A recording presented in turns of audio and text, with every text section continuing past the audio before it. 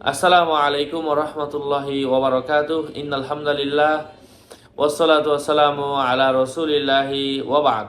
আজকে আমরা আলোচনা করব অপবাদ থেকে মুক্ত হওয়ার আমল, যে আমল করলে আমরা মিথ্যা অপবাদ থেকে মুক্ত হব ইনশাআল্লাহ। অনেক সময় মানে নির্দোষ মানুষ, যার কোনো দোষ নাই, ওই ব্যক্তির উপর বিভিন্ন ধরনের অপবাদ চাপিয়ে দেওয়া হয়।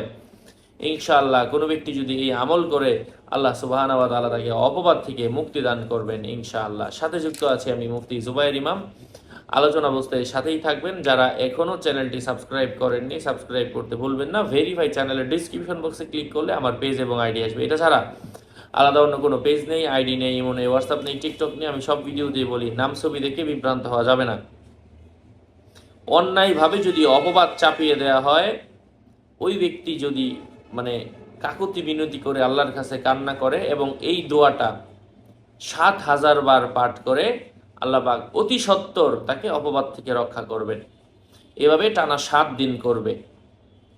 ৭ ৭ ৪৯, তো ৪৯,০০০ বার এই দোয়াটা পড়া হয়ে যাবে। প্রত্যেক দিন ৭,০০০ বার এভাবে টানা ৭ দিন যদি করে, আল্লাহ পাক তাকে নির্দোষ প্রমাণিত করবেন ইনশাআল্লাহ।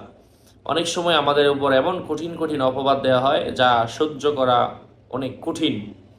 আমি সেই আয়াতটা বলে দিচ্ছি। আউযু বিল্লাহি মিনাশ শাইতানির রাজিম।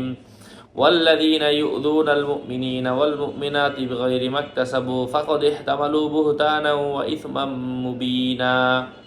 আল্লাহ পাক আমাদেরকে বেশি বেশি পরিমাণের এই আমলটা করার তৌফিক দান করেন। আরও আপডেট পেতে সাথেই থাকবেন। সকলের মঙ্গল এবং দীর্ঘায়ু কামনা করে এখানেই শেষ করছি। দেখা হবে অন্য কোনো এপিসোডে।